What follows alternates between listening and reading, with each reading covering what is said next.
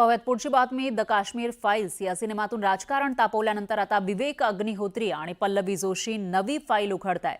विवेक अग्निहोत्री यांचा आगामी चित्रपट द बंगाल फाईल्स प्रदर्शनापूर्वीच वादात सापडलाय। या सिनेमावरून बंगाल कसं अशांत होऊ शकतं याचा ट्रेलरच चित्रपटाच्या ट्रेलर स्क्रीनिंगच्या निमित्तानं पाहायला मिळाला। द बंगाल फाईल्स वरून बवाल। चित्रपटाच्या ट्रेलरवरूनच वाद पेटला।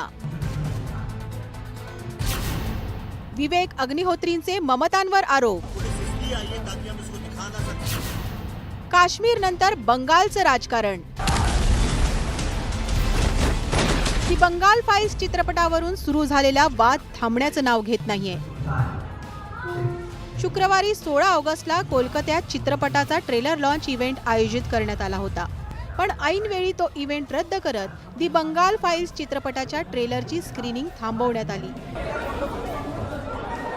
या प्रकारानंतर चांगलाच गोंधळ पाहायला मिळाला।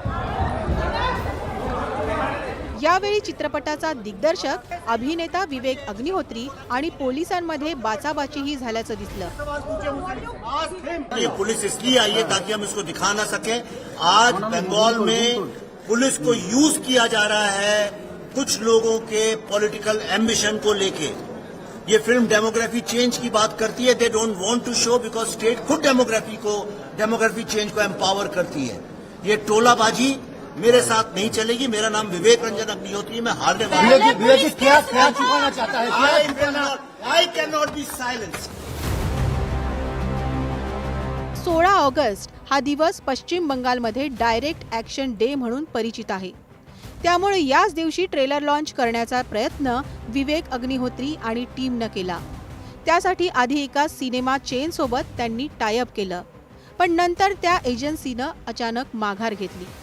त्यानंतर दुसऱ्या एजन्सीसोबत चित्रपटाच्या टीमनी चर्चा केली, पण त्या एजन्सीनीही हात वर केल्याचं विवेक अग्निहोत्रींचं म्हणणं आहे। शेवटी हॉटेलच्या बँक्वेट हॉलमध्ये ट्रेलर लॉन्चिंग ठेवण्यात आली, पण तिथेही गोंधळ झाल्याचा आरोप विवेक अग्निहोत्रींनी केला। या प्रकारानंतर बंगालमधील ममता बॅनर्जी सरकारवर विवेक अग्निहोत्रीनं टीकेची झोड उठवली आहे। हुकुमशाही यापेक्षा वेगळी असते का, असा थेट हल्ला विवेक अग्निहोत्रीनं केला। They are saying that they have been asked by somebody who cannot be named not to show it. काली माँ की धरती में, दुर्गा माँ की धरती में ऐसा हो रहा है। I cannot believe it. We have been censored. This is dictatorship. This is fascism.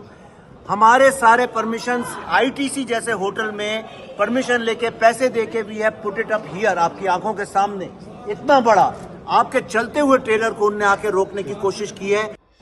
The Bengal files हा चित्रपट बंगालमधील हिंदूंवरील अत्याचारांवर आधारित आहे, ज्यात भारताच्या फाळणी आधीच्या हिंदू मुस्लिम दंगलीचंही चित्रण केलं गेलं आहे।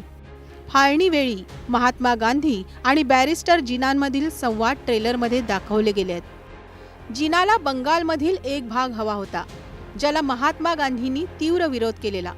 त्याचवरून हिंदू आणि मुस्लिम नागरिकांमध्ये झालेला संघर्ष चित्रपटात दाखवला गेलाय।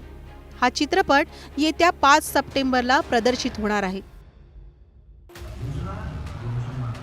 द बंगाल फाईल्स चित्रपटाच्या ट्रेलर लॉन्चिंगच्या गोंधळानंतर पोलीस संरक्षणात विवेक अग्निहोत्री आणि पल्लवी जोशीला बाहेर काढण्यात आलं, पण ट्रेलर लॉन्च सोहळा रद्द झाला असला तरी ट्रेलर मात्र प्रदर्शित झालाय। चित्रपटाच्या प्रदर्शनाआधीच झालेला वाद पाहता या चित्रपटावरूनही राजकारण तापण्याची चिन्ह आहेत।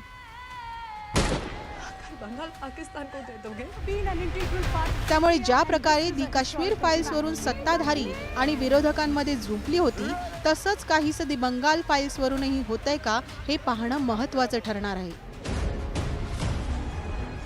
शरद जाधव, न्यूज 18 लोकमत, मुंबई।